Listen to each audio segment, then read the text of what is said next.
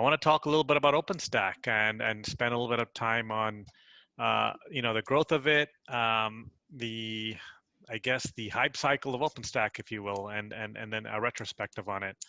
Um, so so just spend a minute on your initial days of OpenStack, because Rackspace came up with Swift, and then NASA had the compute, and then they came together, and then there was so just give me your narrative on how it all came together, your experience of it, your participation in it in the early days.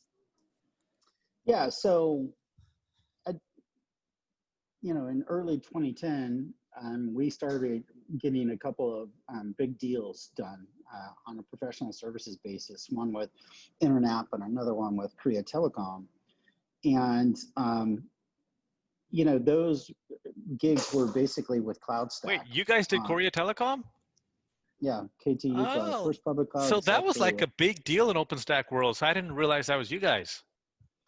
Yeah, we did the CloudStack portion of it, not the OpenStack portion. The OpenStack Swift portion was done by the KT folks. So you did the cloud.com, CloudStack thing. Got it. Yeah. So at that point, that was really the only option, and they weren't doing the Swift piece yet. And we had been a little frustrated because we had evaluated Eucalyptus and we had evaluated CloudStack, and I love the cloud.com guys. They're fantastic, but both of them had this problem where they were kind of doing open source, what I call open source and license only, where like the CloudStack guys would just basically make a tarball of the repo, put a open source license in it, and then put it up on a website for us to download. So like bug tracking systems, like the whole SDLC, software development lifecycle tooling just didn't exist. Like how we would contribute code back wasn't easy. Yeah, it felt very cloud.com, very insular. There was maybe a bunch of bodies like working on it, but it didn't feel very heterogeneous. Well, it was just not focused on community. Yeah. Is really what it came down to.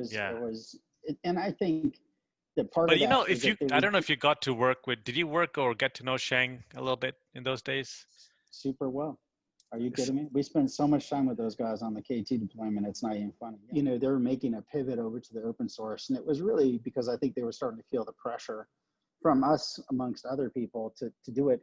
But they weren't geared up for it. The way that they worked is that they were just super amazing at pushing out features and fixing bugs. So they had this engineering engine that was just outstanding. So, when we needed shit, they would turn it around like so quick. Like, that was amazing. But like they weren't geared up to do the community engagement piece, right? Because problem with like if you're a startup and you're going to do open source, the community engagement piece requires you to realize you're going to absorb a certain amount of overhead on managing your interface to the community. It's not free. You have to talk to people, you have to negotiate, and you have to build relationships and things like that. So anyway, when I found out that OpenStack was going to launch, my gut told me that this was going to be kind of the rising tide, and that they were going to be focused on community. And I talked to the Rackspace guys, and I basically got my foot in the door. So Cloudcom was one of the first